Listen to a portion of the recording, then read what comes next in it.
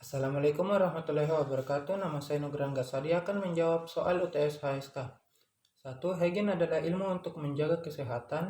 Sanitasi adalah suatu usaha untuk mencegah penyakit. Personal hygiene adalah kesehatan pribadi. Dan environment hygiene adalah kesehatan yang mencakup lingkungan.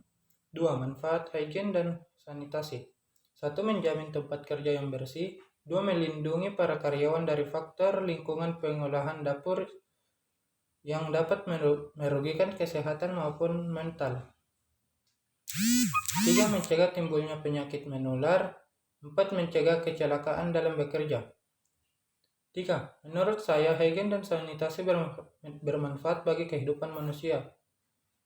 Yang pertama, terciptanya kondisi lingkungan yang lebih bersih, sehat, dan nyaman bagi manusia. 2. Mencegah timbulnya penyakit-penyakit menular. 3. Mencegah atau minimalisir kemungkinan terjadinya kecelakaan. 4. Mencegah atau mengurangi kemungkinan terjadinya polusi udara. Yang keempat, yang pertama, menjamin lingkungan kerja yang saniter. Kedua, mencegah terjadinya kecelakaan. Ketiga, meningkatkan nilai peringkat dari hotel tersebut. Keempat, mencegah terjadinya penularan penyakit dan penyakit akibat kerja. Nomor 5, usaha-usaha preventif tersebut meliputi 1. Memberikan informasi dan penjelasan mengenai pentingnya kesehatan dalam hidup ini. 2. Membiasakan pola hidup bersih dan sehat. 3. Mempelajari dan memahami serta melakukan pencegahan terhadap berbagai faktor-faktor penyebab penyakit di masyarakat. Usaha-usaha kuratif meliputi 1. Melakukan pengobatan secara medis ke dokter. 2. Mengkonsumsi makanan dan minuman yang bergizi bagi tubuh. Nomor 6. Personal hygiene lebih menitik beratkan pada aspek kesehatan dan kesan sehat, sedangkan personal grooming lebih menitik beratkan pada aspek kerapian penampilan seseorang. Nomor 7. Penerapan sanitasi dan hygiene di kitchen hotel sangatlah penting. Sanitasi dan hygiene yang harus diterapkan adalah hygiene perorangan, hygiene makanan, dan sanitasi hygiene tempat kerja, dan yang terakhir sanitasi yang hygiene barang dan peralatan. Nomor 8. Bakteri berkembang biak dengan membelah diri menjadi dua bagian atau disebut juga mitosis. Lipat sel patok bakteri ini dapat tertularkan melalui makanan yang tersentuh oleh tangan kotor, lap kotor, dan berdebu, meja dan peralatan dapur yang kotor. Nomor 9. Faktor mikrobiologis yaitu jenis kerusakan makanan yang disebabkan oleh pertumbuhan mikroorganisme seperti bakteri ragi.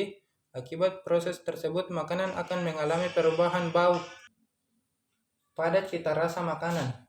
Faktor kerusakan fisik terjadi karena adanya perlakuan fisik seperti pengeringan, pembakaran, pendinginan, dan seperti gosong akibat pembakaran dalam waktu lama dan suhu tinggi, dan tekstur makanan yang didinginkan akibat disimpan di lemari pendingin.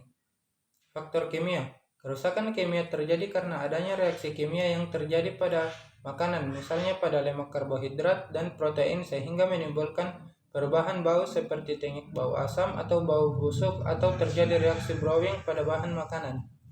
Nomor 10. Jika saya ditunjuk sebagai supervisor, tentu yang pertama akan saya lakukan adalah briefing. Sebelum memulai pekerjaan, karena di briefing itulah kita sudah menyampaikan apa tujuan yang akan kita capai, apa kewajiban yang harus kita laksanakan secara bersama dan dapat disetujui setiap karyawan. Kalaupun ada yang keberatan terhadap tujuan atau kewajiban yang telah disampaikan, misalnya harus selalu menjaga kebersihan ruang lingkup dapur agar makanan tetap fresh dan tidak tercemar, dan ada karyawan yang agak sulit untuk mengoperasikan kegiatan tersebut, ya saya sebagai supervisor harus memberikan edukasi